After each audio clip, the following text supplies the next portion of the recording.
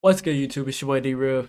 Hey, today we will be reacting to 10 WWE wrestlers injured by negligence of their companies. So basically, they were told that the prop was going to be fake, but it wasn't. Anyway, first time click across the channel, make sure I go ahead and click that thumbs up. Show me the support. Show me that you like this kind of content. And also subscribe, because we're almost at 3,000 subscribers. So subscribe. But hey, man, without further ado, let's get into this.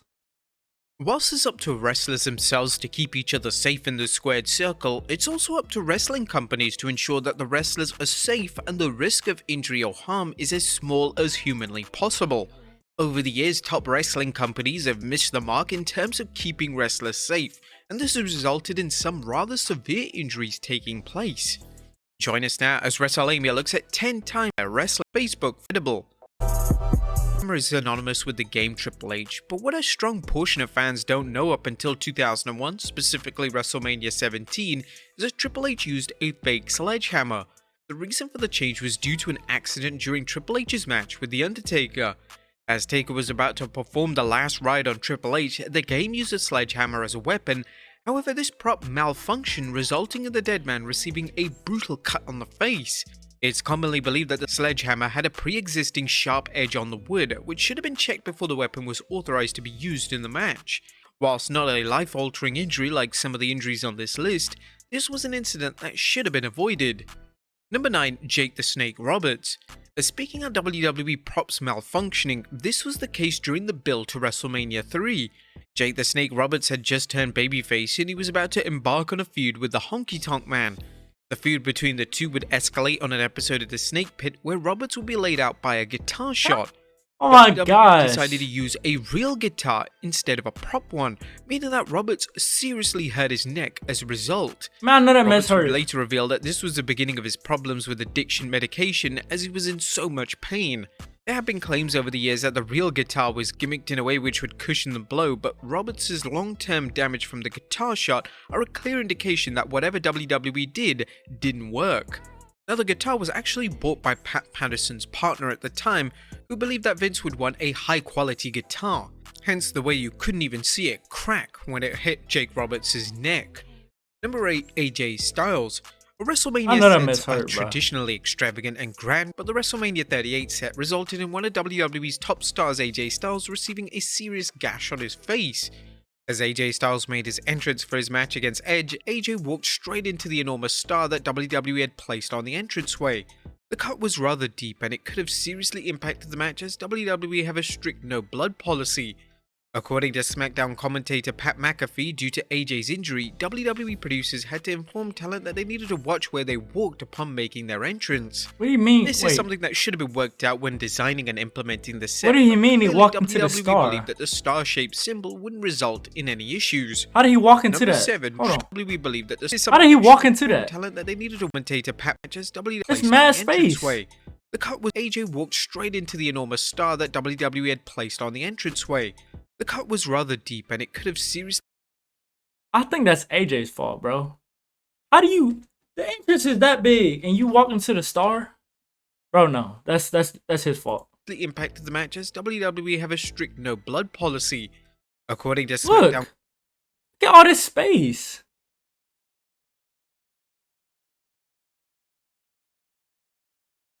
How did he walk into the star? I don't understand that. I thought he got burnt by pyro. No, they say he walked into the star. On commentator Pat McAfee, due to AJ's injury, WWE producers had to inform talent that they needed to watch where they walked upon making their entrance. This is something that should have been worked out when designing and implementing the set, but clearly WWE believed that the star-shaped symbol wouldn't result in any issues. Number 7. Triple H. Triple H during his career has enjoyed a special entrance at WrestleMania. However, his entrance at WrestleMania 29 went badly wrong. As the game made his way down to the ring to take on Brock Lesnar, WWE would incorporate super cold carbon dioxide as part of the entrance, and the plan was for it to turn into ice when making contact with Triple H's skin. Whilst this idea sounded great on paper, upon execution it left one of WWE's most iconic stars with second-degree burns. Fans had no idea that Triple H was seriously hurt, and somehow the game managed to complete the planned match with Lesnar without a hitch. This was a huge mess on behalf of WWE as it was brought into question on how on earth something of this magnitude could happen with what seemed to be a rather simple entrance. Number 6. Kurt Wow. Angle. SummerSlam 2000 represented Kurt Angle's first pay-per-view main event in WWE. Angle would take on The Rock and Triple H Oh my in a gosh, triple you're so threat match. young. But look how young he looks. You don't even look like him. And the match was a clear sign that Angle was as tough as they come. One of the most notable spots in the match was to see Triple H perform a pedigree onto Angle. Triple H told a story about this in a podcast. He did a pedigree on top of the table, but he didn't move this monitor. Either he didn't move this monitor or he landed on the monitor. Regardless. Well, obviously he didn't move it enough. He should have threw it on this side. But look, he did a pedigree and Kurt hit his head on the monitor and it knocked him out, literally putting him to sleep. And Triple H was trying to wake him up during the match, and during the match he just had to carry because dude just got knocked out. He don't know where he's at. I think they said he had a concussion and all that kind of stuff too. So yeah, he told a story about that. Go check it out. He literally talked about the entire situation. And he was talking about how like certain spots almost got messed up because Kurt couldn't even think anymore because he got knocked out from the monitor. Angle through the announce table. However, there was just one issue. The table gave way, meaning that Angle's head landed awkwardly on the floor. Angle suffered a serious concussion, so much so that he had zero idea where he was. The WWE announce table simply wasn't reinforced enough to withstand the weight of both Triple H and Angle. That's ultimately why the serious injury occurred. According to Angle, he had to literally be talked through every single spot in the match as he was completely out of it. Thankfully, WWE have drastically altered their concussion protocol, therefore if this type of incident happened today, Angle would receive immediate medical attention and it would have been ruled that he was unable to compete. Number 5. Shane McMahon. Shane Wait. McMahon's collision. Let's guess when. Okay, I already know what it is now. I was gonna say let's guess when he got thrown into the glass, but never mind. It this gave it away. With Kurt Angle at the 2001 King of the Ring event is known for being one of the most brutal matches of the 2000s. During the street fight encounter, Angle and Shane would perform a spot where Angle would suplex Shane through panels of glass. This should have been sugar glass, which is relatively safe and something that WWE have used numerous times before. The issue was that this wasn't sugar glass, this was real plexiglass.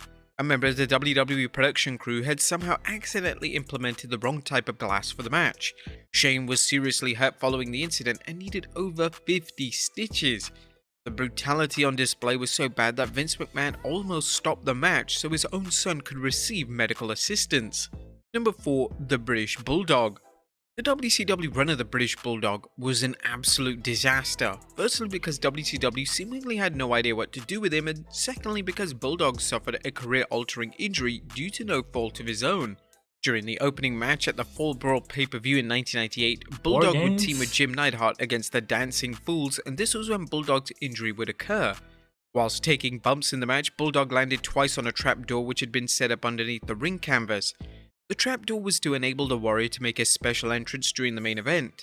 These bumps resulted in Bulldog developing a spinal infection that nearly paralyzed him.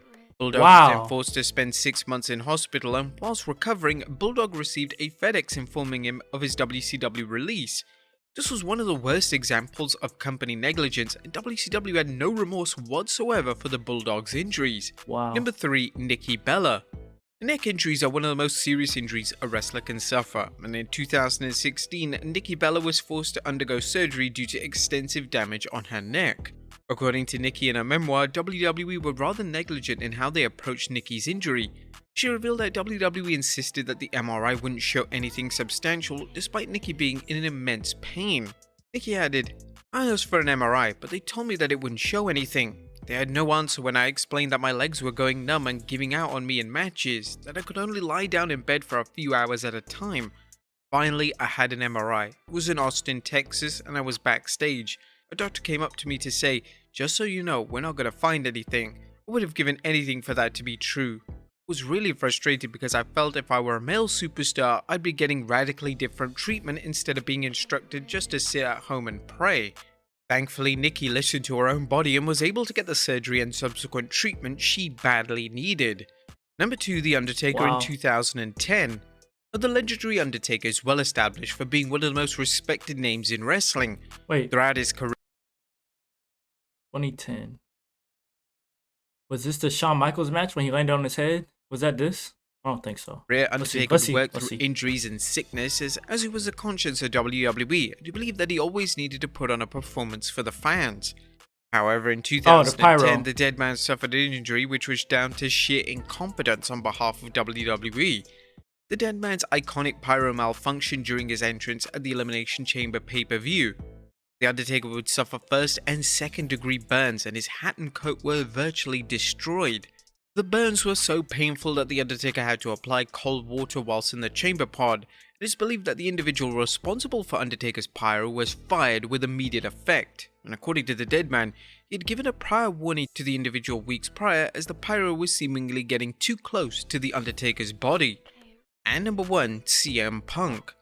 Most of the allegations of WWE being negligent towards CM Punk can be found in court documents, as that's how serious the claims of negligence were between the two sides. When Punk left WWE in 2014, he would take part in a tell-all interview with Colt Cabana, and in this now infamous interview, Punk would completely rip WWE to shreds. Punk would reveal that he was always working hurt, and that WWE never gave him any substantial time off to heal. In fact, in 2013, WWE would even book CM Punk in a TLC match against Ryback just as he was recovering from a torn meniscus. But the main act of negligence on behalf of WWE was at the 2014 Royal Rumble, which happened to be Punk's final ever WWE match. Punk went into the match with a serious staph infection, which was misdiagnosed by WWE doctor Chris Amann as a fatty deposit. This infection was later examined by an external doctor following Punk's WWE exit. This was when the doctor revealed that it was so substantial that Punk could have died. Additionally, during the 2014 Royal Rumble, Punk suffered a concussion early on in the match. This was seemingly ignored by WWE medical staff, and Punk would proceed to be chokeslammed through the announce table by Kane. Punk's claims eventually led to a defamation lawsuit between Punk and the WWE doctor, with the man being unsuccessful in his claims of defamation. But there you have it, folks. 10 WWE wrestlers radically different. Wow. Let me know how y'all feel about that, man. Wow. All of those, this is a pretty good video. I would say all of them make sense except for the AJ Styles one because he walked into the star. Other than that, all of these are really, really crazy. Like, wow. Wow. Why would you make the fire closer for the Undertaker thing? I'm surprised they didn't put the Jeff Hardy pyro malfunction in this instead of something else. They could have just added it to it. But I feel like that Jeff Hardy pyro should definitely be in here because he literally was doing this dance and pyro coming in at him and he just like completely just started. It was bad. It was bad. It was really bad. Hey man, let me know what y'all want to react to next. Like the video, subscribe if you're new. It's your boy D-Rib, man. I'm out.